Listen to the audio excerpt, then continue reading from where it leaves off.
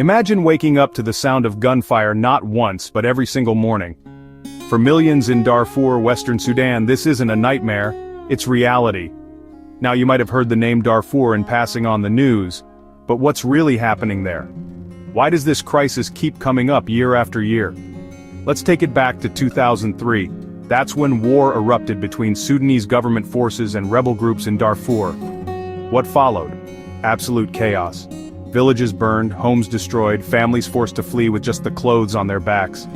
The world watched in horror as reports of mass killings and atrocities surfaced. And here's the thing, it didn't just end. Even today, years later, the violence hasn't stopped. In fact, in the past year alone, fighting between rival military factions has triggered a fresh wave of chaos. The result? Over 2 million people displaced from their homes again. Let's put that in perspective.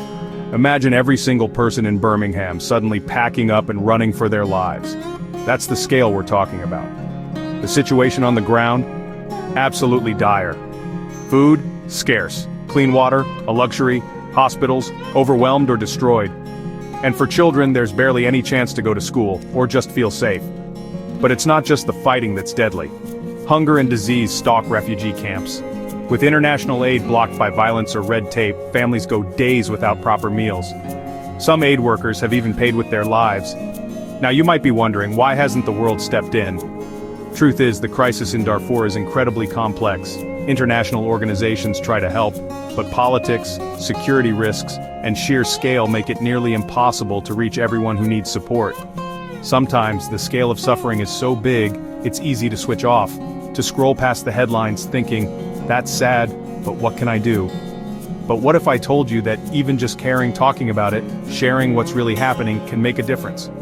The more attention this crisis gets, the harder it becomes for the world to ignore.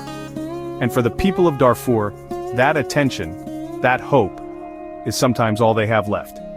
So next time you hear about Sudan, remember the people behind the headlines. The families, the kids, the survivors. Their story isn't over. And you're already part of it just by listening.